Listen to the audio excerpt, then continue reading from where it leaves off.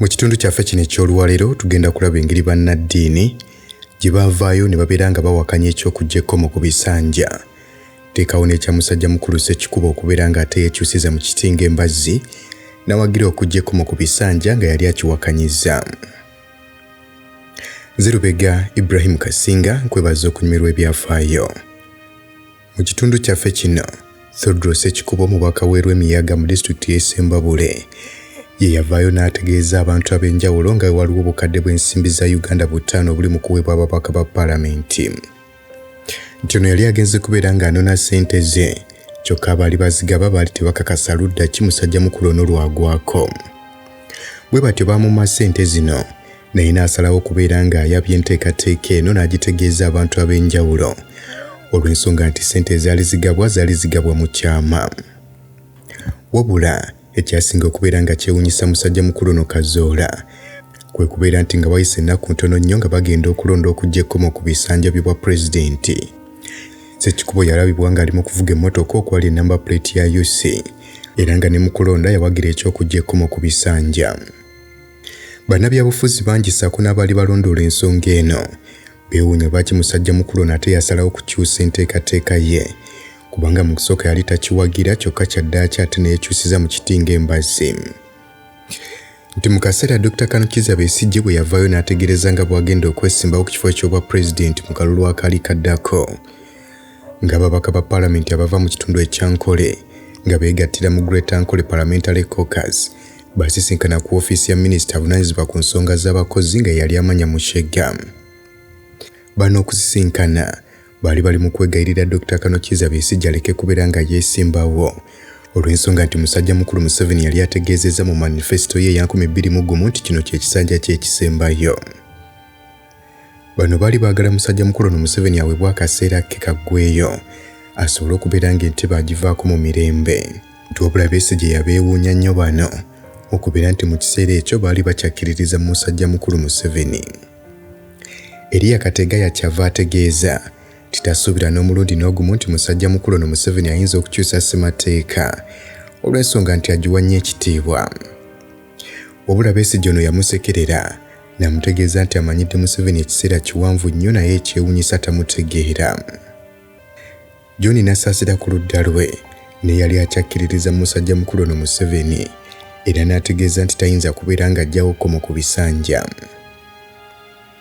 Miriam Matembe yategeeza nti yajja okubeera omulwanyi nnamba emu singa musajja mukulu n'agezaako okubeera ng'aggya ekkomo ku bisanja.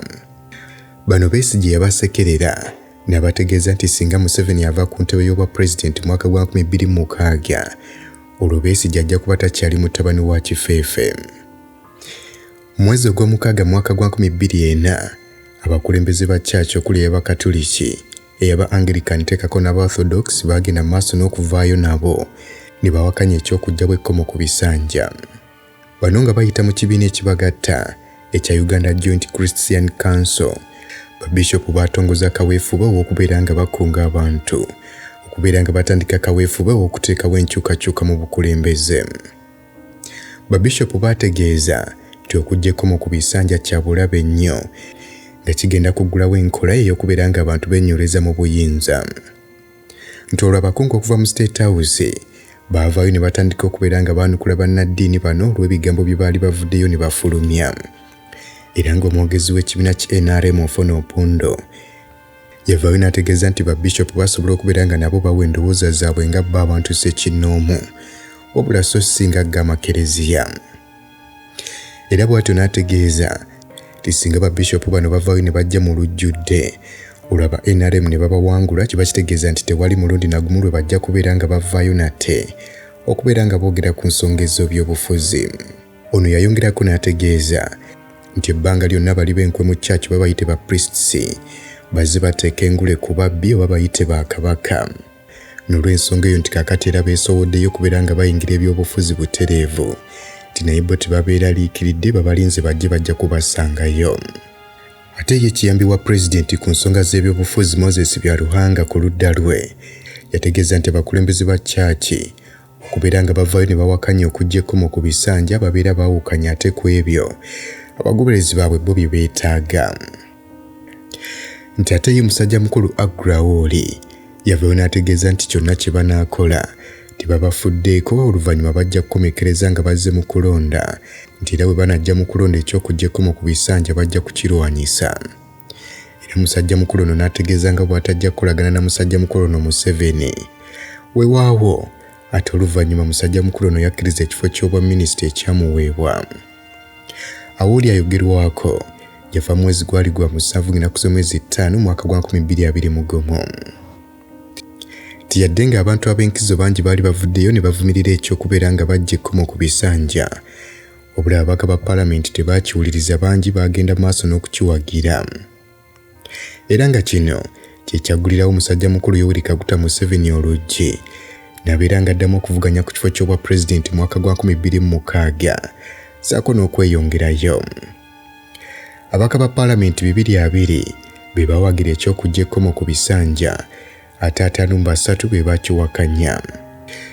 Musajja mukulu Yeyaloopa kinajjukira nti yavaayo n'ategeeza nti keekadde okubeera nga bawakanya ekyo ekigenda okukolebwa olw'ensonga nti obukadde bw'ensimbi 5 obwali bugabiddwa ye tebuyinza kubeera nga bumuwugula kubanga yajja mu Paalamenti kukiikirira abantu ba bulijjo so si kubeera nga agaggawala. Kazola yeewuunya nnyo okubeera nga Paalamenti yakkiriza okubeera ng'esazaamu ebigambo bya Pulezidenti Museveni bye yayogedde eby'okubeera nti ssemateeka yali akoleddwa yali akyasinze okubeera omulungi. Kazola agamba nti yeewuunya nnyo okubeera nga Paalamenti yasalawo okubeera nga bakwata ku ssemateeka eyali omulungi obwenkanidde awo olw'okuwa musajja mukulu no Museveni omukisa ogw'okweyongerayo okubeera ng'akulembera eggwanga lino.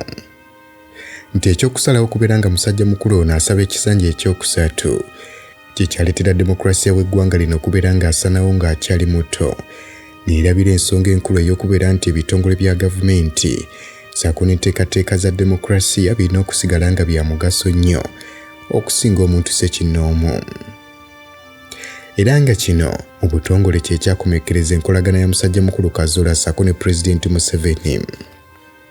Ekya Pulezidenti Museveni okubeera ng'asalawo okuggyako mu ku bisanja kyamuleetera okubeera ng'ava ku lukalala olw'abantu abaweebwa ekirabo ekya Ibrahim.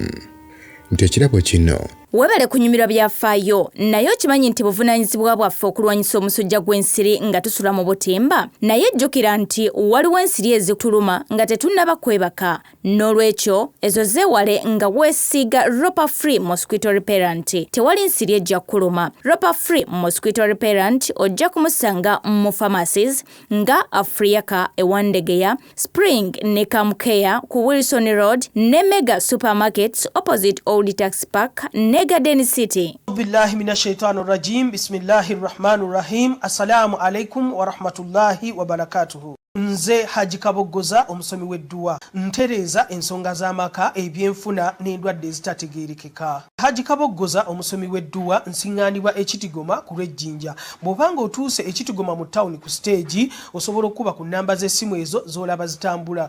Gwe wenna ali ewala oyinza okuyita ku mukutu gwaffe ogwa WhatsApp ku layini eyo eya MTN obudde bwonna mbeerako. Kiweebwa omukulembeze ku lukalu lwa Africa abeera akkiriza okuva mu ntebe nga ssemateeka bw'aba alagidde awatali kumukwatamu. Nti engule neeyitibwa Ibrahim Prize mulimu obukadde bw'ensimbi z'eggwanga lya America 5 okumala emyaka 10. Teekako n'emitwalo $20 egya dola nga gino gimuweebwa buli mwaka paka lwafa. Tino yengule ekyasinze okubeera ey'amaanyi eweebwa abakulembeze mu nsi yonna. Nti ssente zino ziba zigendereddwamu okulaba ng'omuntu ono aba abadde pulezidenti ziba zimuyambako okubeera ng'ayamba olukalu lwa Africa okutwaliza wamu baleke kufiirwa bukugu bwe. Nti baba abakulembeze okuva mu Bulaaya babeera n'ebyokusalawo ebiwerako omuli okubeera nga bawandiika ebyafaayo oba okutuula ku boards ez'amakampuni agatali gamu. Nti ate bannaabwe ku lukalu lwa Africa kino kyo tebakirina. N'olwekyo engule ne beegendereddwamu okubeera ng'ebaweebwa basobole okubeera nga bafuna ssente ezibabeezaawo nga bwe bayambako olukalu lwa Africa okubawabula ku nsonga ezitali zimu omuli ensonga z'abantu ba bulijjo, enkola ya diplomasi, teekako okubeera nga batuula ku bukiiko bubeera bugonjoola obutakkanya obubeera ku lukalu lwa Africa. Pulezidenti Museveni yategeeza nti ye ssente zino tazeetaaga.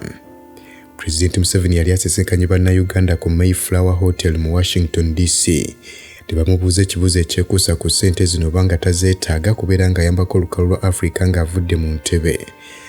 Mu kwanukula kwe yategeeza nti kirabika bamanyidde bakulembeze baavu nti wabula ye tali omu ku bo era bwe baba basobola okumukyalirako ne bakakasa nti sse mwavu n'olw'ensonga eyo era teyeetaaga ssente kuva mu buyinza. Musajja mukulu Kazoola agamba nti musajja mukulu Museveni wano we yagwira ebigezo olw'ensonga nti tekiri ku ssente wabula ensonga yakubeera ng'abantu bateeka ekitiibwa mu mateeka agabeera gateekeddwawo. Tikyokka era musajja mukulu Museveni tayinza kubeera mwavu olw'ensonga nti Mobutu yamusomesa okubeera nga yeegaggawaza. Mu mwaka gwa 2005 omwezi gwali gwa kusatu baali ku mukolo gw'okubeera nga bagaba muwala wa Fred Kamugira. Omukolo guno gwali mbalala. Musajja mukulu Museveni n'ategeeza nti Miriam Matembe eteekako ne Kazoola balina okubeera nga beesonyiwa ekigaali kye baali balinnye baddeyo mu muvumenti. Museveni yategeeza alina okubeera nga adda mu muvumenti oba si ky'omuyaga gwa tornado gujja kumukuba. Era bwano we yasinzira n'ategeeza nti abo bonna abeewaayo okubeera nga boogereza abakulu bano Miriam Matembe eteekako ne Kazoola okudda mu muvumenti balina okubeesonyiwa oba bagaanye kubanga movement yo yagenda maaso yadde bagyegasseeko oba nga tebagyegasseeko. Kazoola yeewuunya nnyo lwaki musajja mukulu Museveni yali amwetaaga abeere ng'addayo mu movement kyokka nga yali amuvumye ng'agamba nti mubaka atalina ky'asobola kukola. Kazoola bwe yagaana okubeera ng'adda mu movement kyanyiiza nnyo musajja mukulu ono Museveni n'atandika n'okubeera ng'amutiisatiisa mu ngeri ez'enjawulo. Tumusajja mukulu Museveni bwe yali erwa kitula yayita Kazoola akabwa akato ate bwe yali ekamwenge yamuyita omuli w'enkwe bwe yali eggulu yamuyita munnanfuusi bwe yali ebushenyi yamuyita akanyama akalemedde mu mannyo ate bwe yali ekkololo yamuyita omuntu kireeresa atalinaako waagwa ate omulundi omulala bwe yali ekkololo n'amuyita omusege ogwambadde eddiba ly'endiga teekako n'ebitundu ebirala bwe yagenda maaso n'okumuyita amannya ag'enjawulo n'okumuvuma. Wabula Kazoola agamba nti yadde nga bamu mu movement nga bakulembeddwa Museveni yennyini baali bamusikiriza abeere ng'addayo mu movement tuwabula abalala ate baali bali mu kumudi campaigninga. Abamu ku bo mwe mwali Mary Mujenyi. Mary Mujenyi mu kumudi campaigninga ye musajja mukulu Kazoola yali ajjukira engeri mu kyalo ono gye yagenda maaso n'okuba ng'agenda mu ruumu ye mu 1981 nabeera ng'amusaba amukwatireko ebintu babitwale mu ruumu ya sisita we Naomi eyali ku Mary Stewart Hall. Era bw'atyo Kazoola n'ajjukira n'okujjukira engeri bba wa mu kyalo ono gye yawoneramu awatono okubeera ng'attibwa. Kamugira ebbanga lyonna agenda maaso n'okumuyita okubeera ng'agenda ku mikolo gye tuwabula musajja mukulu ono tayagala agendayo kubanga atya okumuvumirayo. NRM yeeyongera okubeera ng'eraga kkala zaayo entuufu. Mu mwaka gwa 2021 omubaka Okwirirwa Boni yakwatibwa ku ssaawa ekyenyonyi ne bamuteeka mu pick-up ezaali zimulinze. Kalangala Action Plan nabo baatandika okubeera nga balumba abantu mu kitundu eky'embalala. Era ababaka bana okwali Ogengala Tigo, Odongoto, Rigano Kumuteekako ne Michael Nyeko Ochula bano abamagye babakwata ne babakuba emiggo bwe baali nga baali batambudde okubeera nga bagenda mu constituencies zaabwe.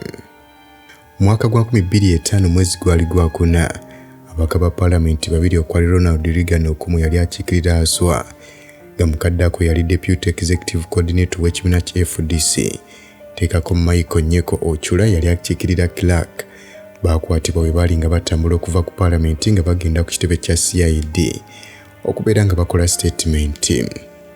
Bano okugendayo Speaker yali abawadde amagezi kyokka bano babeera batambula ne bakwatibwa ne babaggulako omusango gw'obutemu ne babasindika ku mmere eruzira. Kazoola agamba nti ye teyeewuunya nnyo okubeera nga ababaka bano baakwatibwa kubanga yajjukira engeri musajja mukulu Museveni bwe yategeeza nti yali yakyawa okumuteekako n'Ochula nga tabaagala. Nti wabula engeri endala NRM gye yalagamu kkala zaayo entuufu ab'ebyokwerinda baatandika okugendanga ku kkooti ne babeera nga bakwata abantu.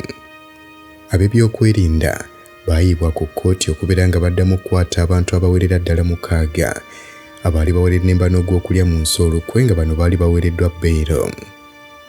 nti ebikolwa bino byali bibaddewoko mu musango gwa Dr. Kano Kizza Besigye kyokka nga baali babiyimiriza nti ku mulundi guno ab'ebyokwerinda bano babayite ba Black Mamba bagenda maaso n'okwetooloola ekizimbe kya kkooti abasajja 6 bwe baali nga baweereddwa bbeero.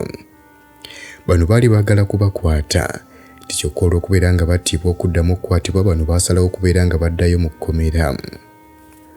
Ekikolwa kino abantu bangi nnyo baavaayo ne babeera nga bakivumirira nti wabula Kazola ye agamba nti ebikolwa bino ye byamujjukiza ebyaliwo mu 1972 Ssaabalamuzi Ben Kiwanuka bwe yali ng'awambibwa.